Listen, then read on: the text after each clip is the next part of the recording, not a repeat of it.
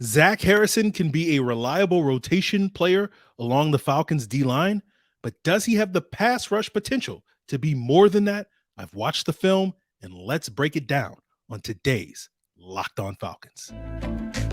You are Locked On Falcons, your daily Atlanta Falcons podcast. Part of the Locked On Podcast Network, your team every day.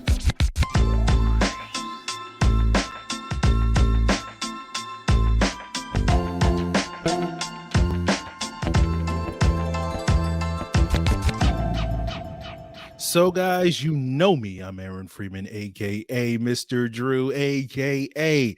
Sirius Black, and, of course, the very humble host of this illustrious Locked On Falcons podcast, your daily Atlanta Falcons podcast, part of Locked On Sports Atlanta podcast family, your team every day. And we thank each and every one of you that makes this illustrious podcast your first listen each and every day. Shout out to the everydayers that are out here watching and listening to this podcast. So follow in their blueprint by subscribing or following for free on YouTube or wherever you listen to podcasts. So today's episode of this illustrious podcast is all about Zach Harrison. I have gone through the film, done my deep dive on the film, and we'll break down what he does well, his pass rush potential, his struggles against the run, and make some NFL player comparisons for what I expect him to be here in Atlanta as well as in the NFL. So let's jump right in, talk a little bit about the background of Zach Harrison. He was a highly touted recruit, 5-star, one of the top players nationally out of Central Ohio, had his choice of pretty much all the top tier programs. And he, of course, chose nearby Ohio State. Went on to have a solid career at Ohio State, but there were a lot of expectations because when he was a true freshman, Chase Young was on that team, and he was expected to kind of be the next in the line of the pipeline of Ohio State great edge rushers like Joey Bosa, Nick Bosa, then Chase Young. And he didn't quite live up to those expectations. He did become a full-time starter as a junior in 2021. Did lead the team in pressures as a senior this past year, was a Senior Bowl invite, but did not participate, never found out exactly whether it was an injury or just by choice that he pulled out of that game. But you go to the combine measuring at 6'5.5", 274 pounds, has outstanding length, 36.25-inch arms, which is 98th percentile, according to Mock Draftable, 85.5-inch wingspan, which is 97th percentile among defensive ends, an 8.70 RAS, or relative athletic score, or RAS score. Very good pretty good explosion, 66th percentile in the vertical jump at his pro day, 85th percentile in the broad jump. His agilities were not great, 9th percentile in the short shuttle, 30th percentile in the 3-cone. And we've talked before on this podcast quite a bit, particularly during combine time, about how the 3-cone is correlative to sack production in the NFL. And so that is not necessarily a strong indicator that Zach Harrison will be a more productive sack artist in the pros than he was in college. But that's a good segue to talk about his pass rush potential, because, that's what pays the bills. And when I went back and watched his film, watched 10 games from 2022, and charted how he won, I had 40 wins for him. That includes sacks, hits, hurries, and pressures.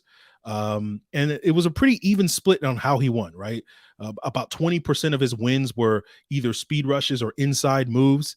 And it was mostly inside moves. He rarely won with speed. Typically, you see speed rushers set up their inside moves with their outside speed. That's not something that Zach Harrison is going to do. He has a good first step for a player his size, but he's not going to win consistently with speed at the NFL level, because he certainly didn't do so at the college level. And his lack of bend really holds him back in terms of winning with speed. But he was able to effectively, beat tackles inside that, and I don't know if that's going to be something that he can consistently do in the NFL. Just because, I think tackles are obviously better, but we'll just sort of have to see. 25% of his wins came with technique, right? And his primary pass rush move, that's what we mean by technique, he's using actual moves, was a swipe move or a side scissors move, as some people refer to it. That's kind of a hallmark of Ohio State edge rushers. That's something that their D-line coach, Larry Johnson, who's one of the top D-line coaches in college football, is teaches, right? It was a signature move of both Bosa brothers. It was a signature move of Chase Young when he was in college. For some reason, Chase Young doesn't use it in the NFL, and which is a big reason why Chase Young, to me, has underwhelmed in the NFL because he doesn't use any pass rush moves. But that's a conversation for another day. I did see Harrison use the chop move from time to time. And he also used this other move where it wasn't a chop. Usually when you chop, right, you chop the outside hand so that you can turn the corner, right? And he did that occasionally, occasional cross chop, all that sort of thing. But then he also did this move where he would grab the offensive tackle's outside hand and then try to turn a corner and like pin it against his body. And I couldn't find anywhere where there's like a name for that. But I feel like at some point in history, I've heard people talk about that being a specific type of move and it has a name. So if anybody knows the name of that move where you just kind of grab the arm and pin it rather than chop the arm, please let me know. But the technical pass rush was a significant part. He won just as many times with power, 25% with power rush. That was mostly bull rushes using his length, and we'll circle back to this. Now, when he did line up inside, which wasn't that common, according to PFF, about 95% of his snaps came playing on the edge. But on those 5% of snaps when he did get the rush inside, his bull rush was a go-to move. It was very effective and much more effective against guards than it was against tackles. And then the remaining 30% of his wins were quote unquote other. And other is basically clean up sacks, clean up pressure, a stunt, unblocked sort of things where scheme or circumstances lead to him winning, not necessarily his ability to beat a guy. And so going back to the power conversation, my biggest con on Zach Harrison is that he's kind of a finesse rusher in a power rusher's body. And this man absolutely refused to use his long arm despite having, some of the longest arms ever, right? And I felt like his college production as a pass rusher would have been considerably higher if he had used his power as his go-to move rather than trying to do all these speed rushes and inside moves and technical things and just basically rely on your God-given ability.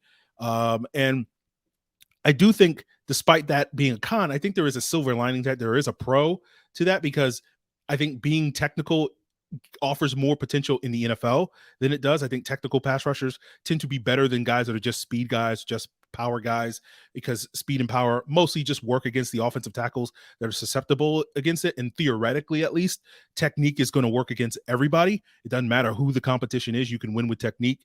But that's heavily dependent on, that's the theory, but in practice, you have to be able to string moves together. You have to be able to use, X move to set up Y move. And that's not something that Zach Harrison has shown any ability to do. And very few college pass rushers do. And so that's something that has to develop at the NFL levels. And some guys develop it and some guys don't. Right. And so I feel like Zach Harrison, with the combination by using more power and using that technical ability, that swipe move, that's a good sort of 1-2 punch that if he can learn to sort of string those things together, he can be an effective pass rusher. We kind of talked about this a little bit when we broke down Matt Bergeron's film last week, which was that when you saw him against Florida State pass rusher Jared Verse early in that game, Jared Verse was bull rushing him and was very effective at that. Then Bergeron kind of countered with that by, initiating contact, punching him before he could let, Verse get into his chest with that bull rush, and then Verse countered with that by using a chop move to knock down his hands when Bergeron tried to initiate that punch and then beat him for a sack. And I can imagine Zach Harrison kind of doing the same thing. I'm going to bull rush you into oblivion, and then when you adjust by countering with a punch, then I'm going to use my swipe. That's when I'm going to use my chop move, and that's going to be an effective 1-2 punch for Zach Harrison moving forward. So coaching to me is going to be a big part of Zach Harrison's potential. My expectation is coaching is going to get into his ear immediately. That's something that we've heard from Ryan Nielsen, as well as Lanier Gothi, Dave Huxtable, whoever else is working with the D-line group this year. But I think they're going to really focus on him using his length and his power a lot more immediately in the NFL. And I think he'll be very effective, right? Now, the knock on power rushers, at least long-term, is that they tend to be more pressure guys than sack artists. And that was reflective of Harrison's college career. I think that's probably going to be what Harrison is in the NFL, right? But I think the potential is there that if he does learn to hone that technique in addition to being that power pressure guy, I do think he'll be a more successful pass rusher, or at least has the potential to be a more successful pass rusher than your typical pure power guy. And so, this is where I think when we get to, my projection of him and making some NFL player comparisons, part of me wonders, am I going to be a little lower on Zach Harrison because I haven't quite factored in the Ryan Nielsen factor of it, right? Ryan Nielsen, a noted D-line guru, the Falcons D-line coach / D coordinator. And it's kind of, I wonder if like he's going to be better, right? And so like for me, I can't project the best case scenario with Zach Harrison. We'll talk a little bit later about that towards the end of the episode. Quite yet, because I need to see it before I can believe it with Ryan Nielsen being able to maximize it. So it's kind of similar to, now I feel a lot better projecting, say, a Matthew Bergeron higher than I probably would have been 2 years ago because of the presence of Dwayne Ledford here, the Falcons offensive line coach.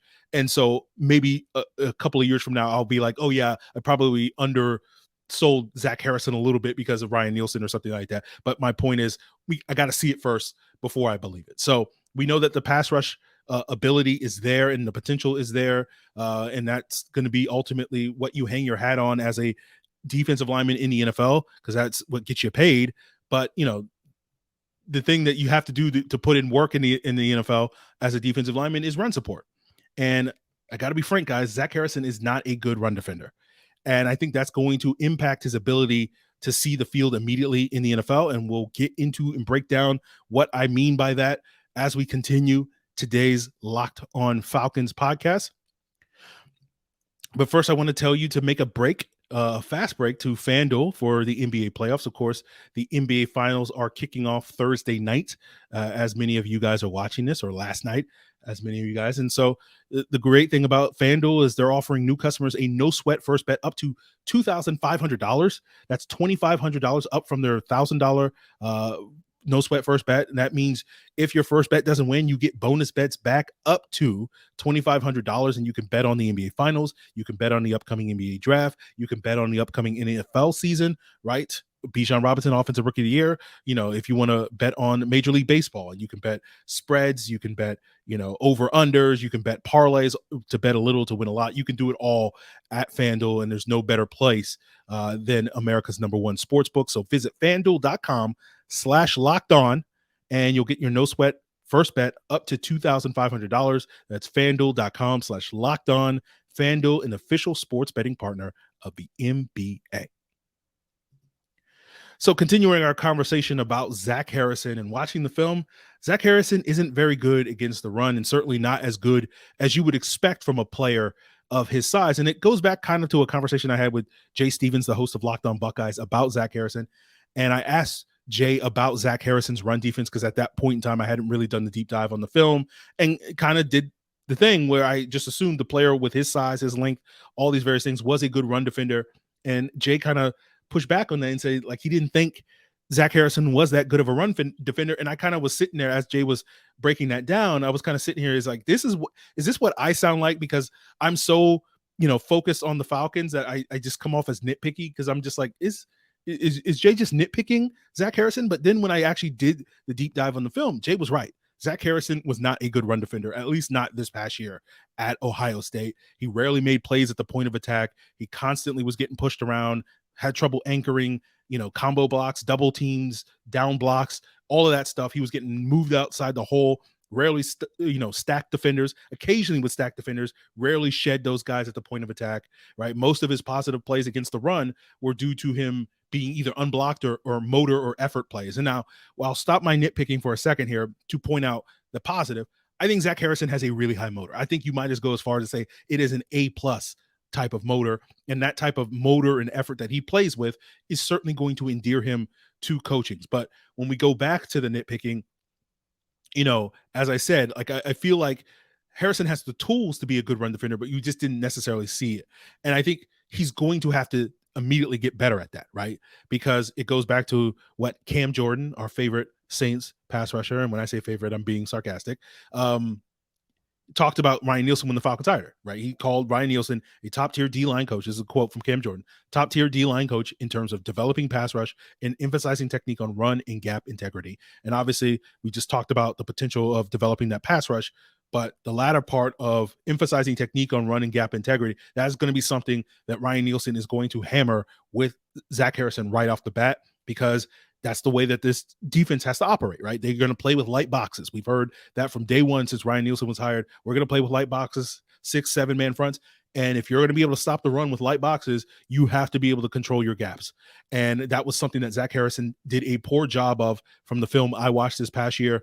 And we'll sort of see what type of development he can get immediately in year one, because that's going to be important. Because, we know the Falcons signed Calais Campbell to be, quote unquote, the Cam Jordan role at the defensive end spot. Calais Campbell expects to play about 60% of the snaps, and that leaves the other 40% of the snaps in that particular position at the Cam Jordan role probably going to Zach Harrison. And what's going to happen is a large percentage of those plays, roughly about half of those plays, by all accounts, usually about 45%, because 55% of plays in the NFL are passes, right?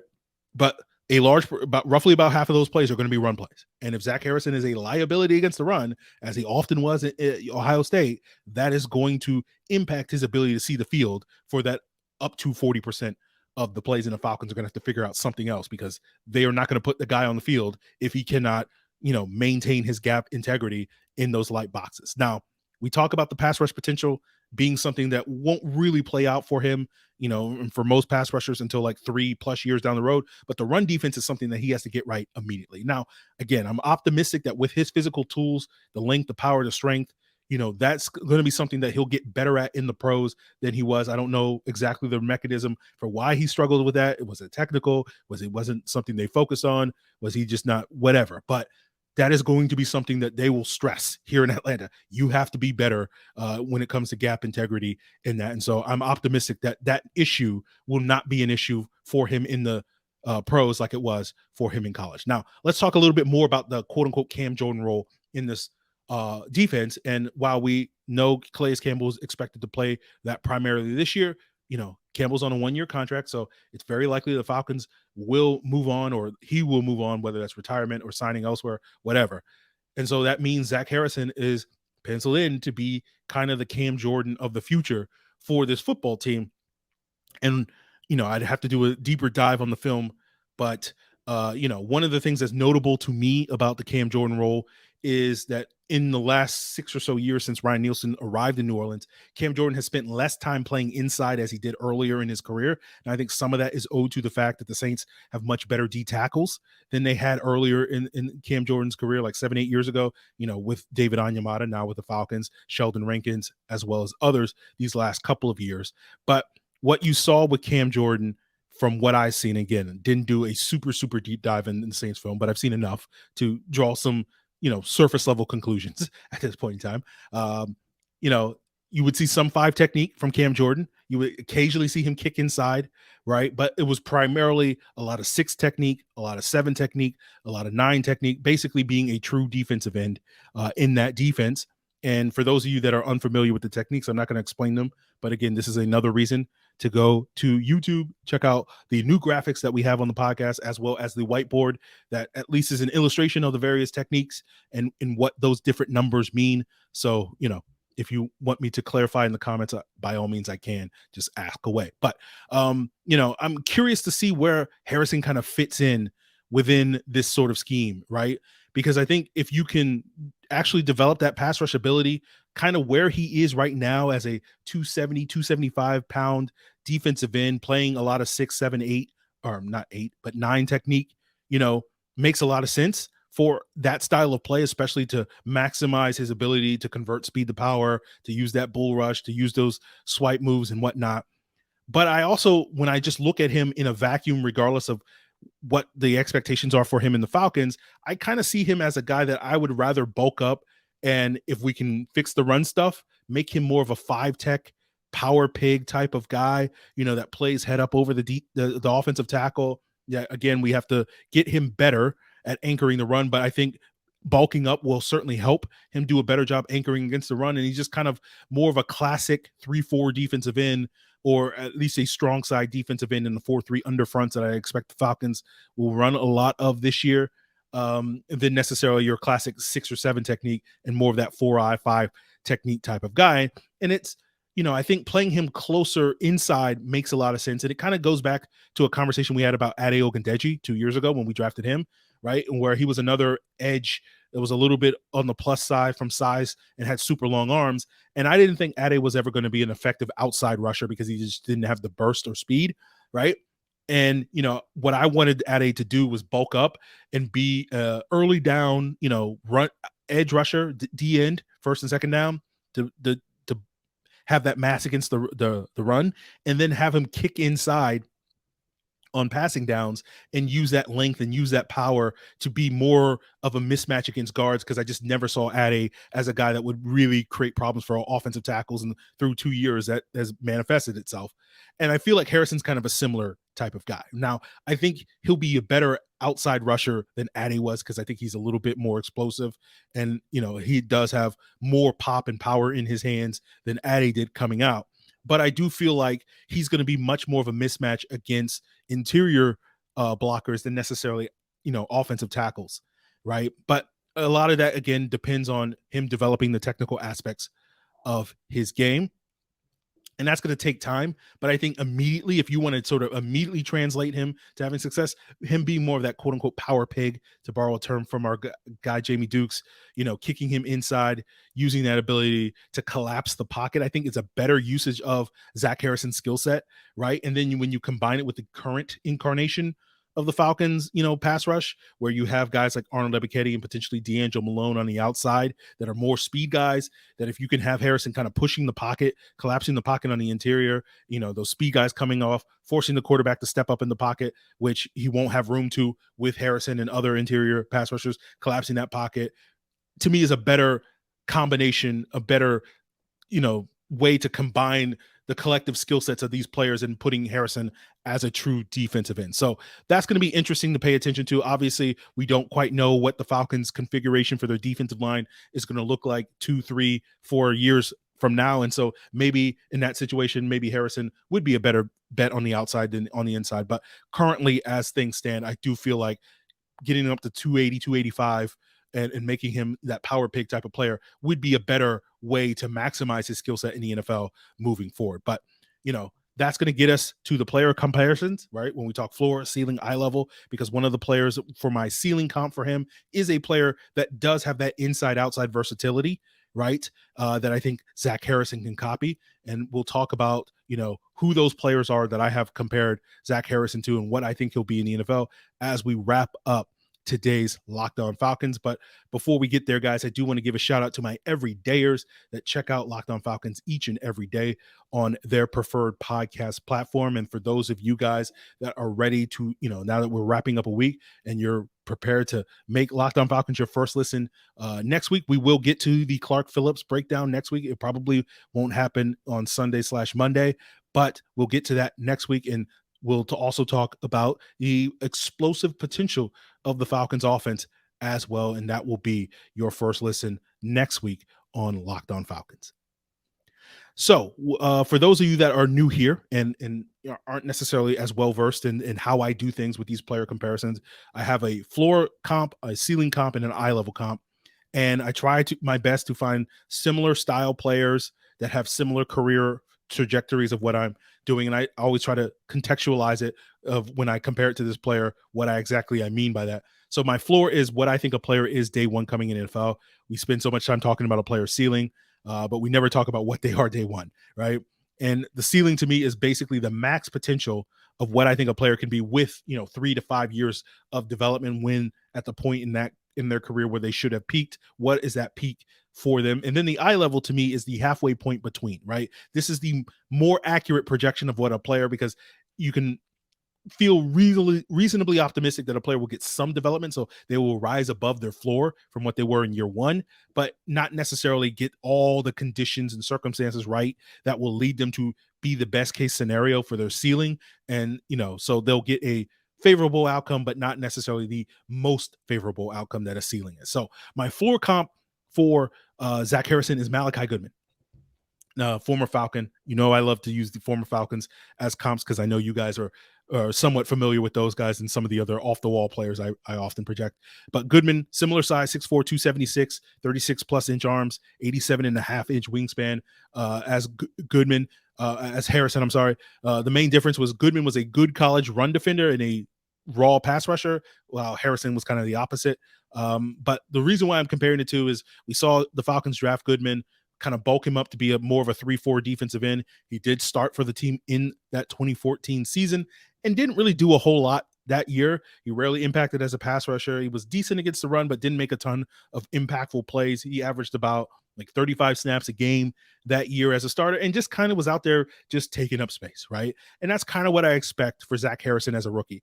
Like he'll be out there playing 40% of the snaps, which will be about 20 to 25 snaps a game, and probably not going to make a ton of impact plays. He's just going to be out there taking up space, right? He won't be a massive liability or anything like that, but he'll just be out there doing things. And, there's an alternate reality where Malliciah Goodman, after Mike Smith got fired, instead of hiring Dan Quinn, who brought in his 4-3 under scheme, Malliciah Goodman could have been, a better player if the Falcons had hired someone that ran a true 3-4 rather than a hybrid sort of 3-4 that the 4-3 under kind of is, that is less of an attacking scheme than that 4-3 under scheme. And so there's certainly a reality where Malliciah Goodman could have gone on to be more than what I'm comping Zach Harrison to, but we'll let that, be a subject for Locked On Multiverse.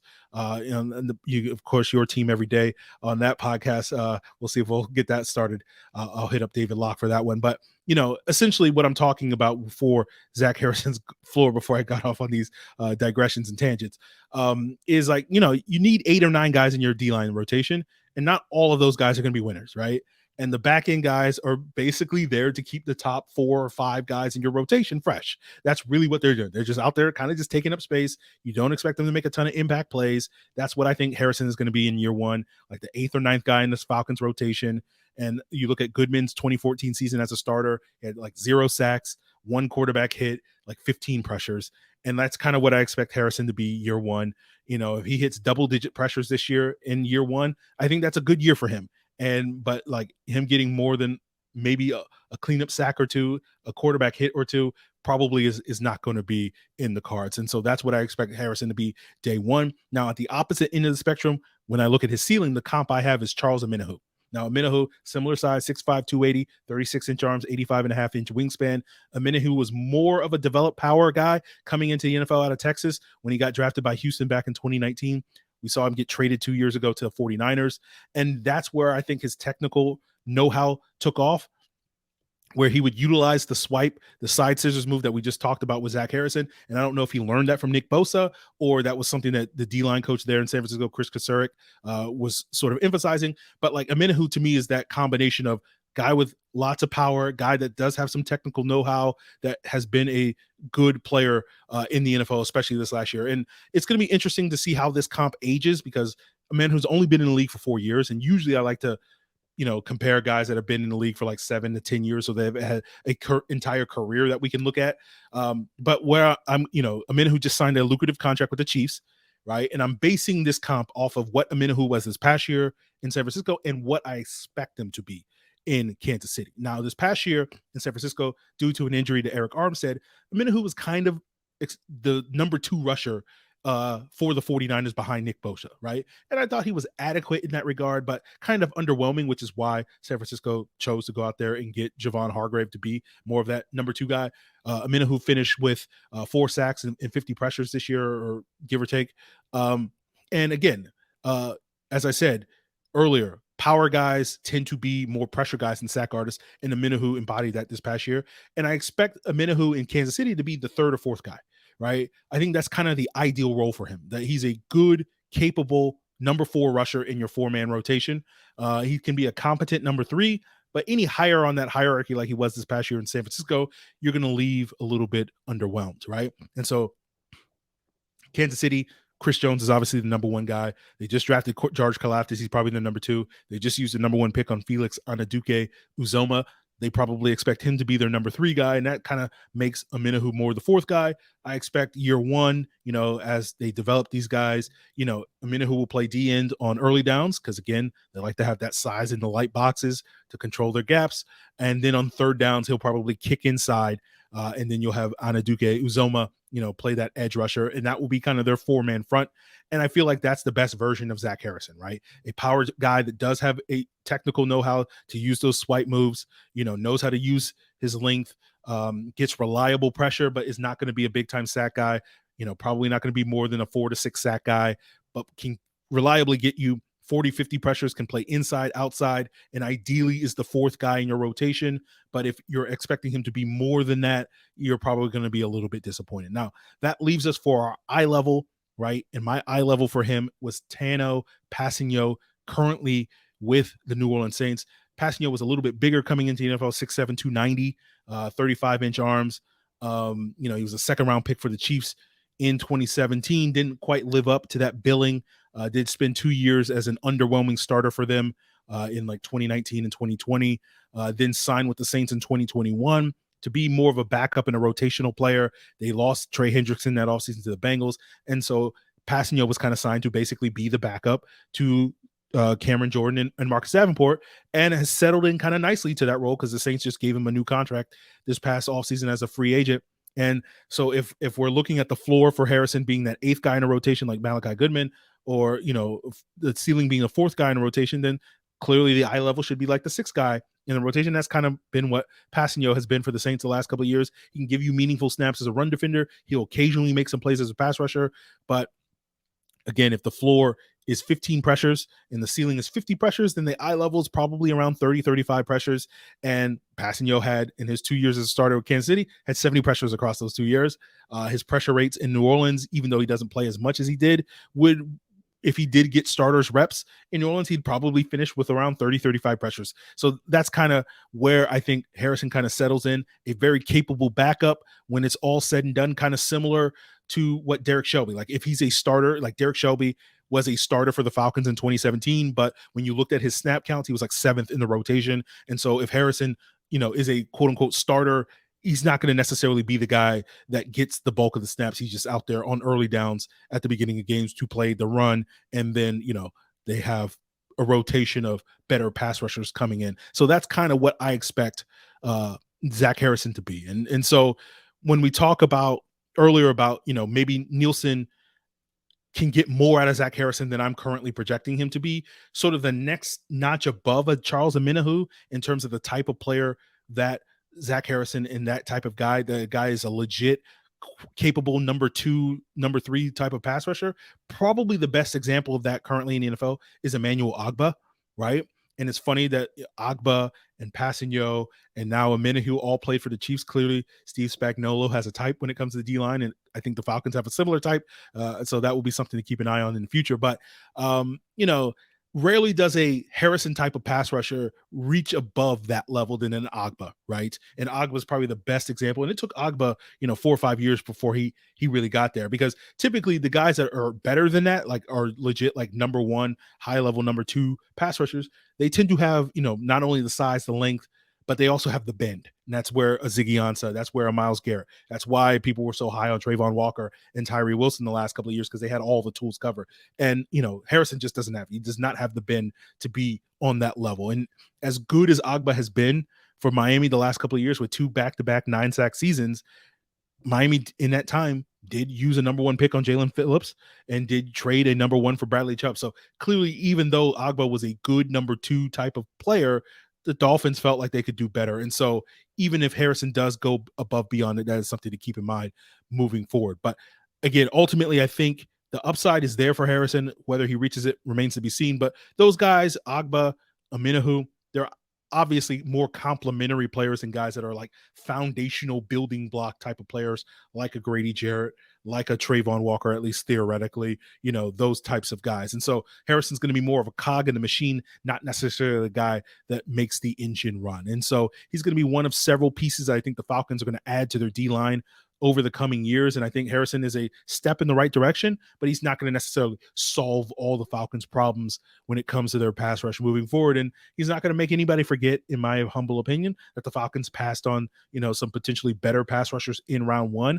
But, unlike a lot of Falcon fans, I don't think, those top end guys are the end all be all of pass rusher, because, I feel like Harrison is one of a half dozen investments that the Falcons have already started to make with guys like Ebiketie and Taquan Graham, and will continue to make with their defensive line in the coming years. That is part of the solution to really revamp this unit, but isn't necessarily going to be, again, the thing that drives the complete overhaul of this defensive line. So my closing thoughts on Zach Harrison were, that I wasn't that high on him in the pre-draft process from what little I had seen, because typically I'm not usually a fan of this type of pass rusher that Harrison is, which is these tall, long guys that lack the bend. Because typically, as you know, trying to come up with comps and coming up with guys that were reliable starters in the NFL, it's basically like Ogbah and Omenihu and like a couple of other guys.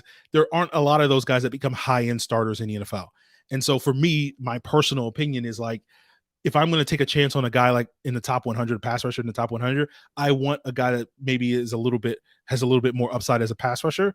And Harrison to me is more of a rotational type of player that I'd be much more comfortable betting on, say on day 3 of the draft than necessarily on day 2 of the draft. But, you know, 4th round versus 3rd round, not a huge drop off there. So, you know, I did like though that there was a little bit more technical ability than I initially thought there was after doing the deep dive. So that does make me a little bit more optimistic about Harrison's upside than I was pre-draft, right? Because I just kind of was like, yeah, he's just a big, long guy that can't bend and, you know, whatever, right? But I think, you know, for that one person out in the Discord, and you know who I'm talking to, this is for you. We've been talking about Zach Harrison for months now, prior to the draft and now after the draft.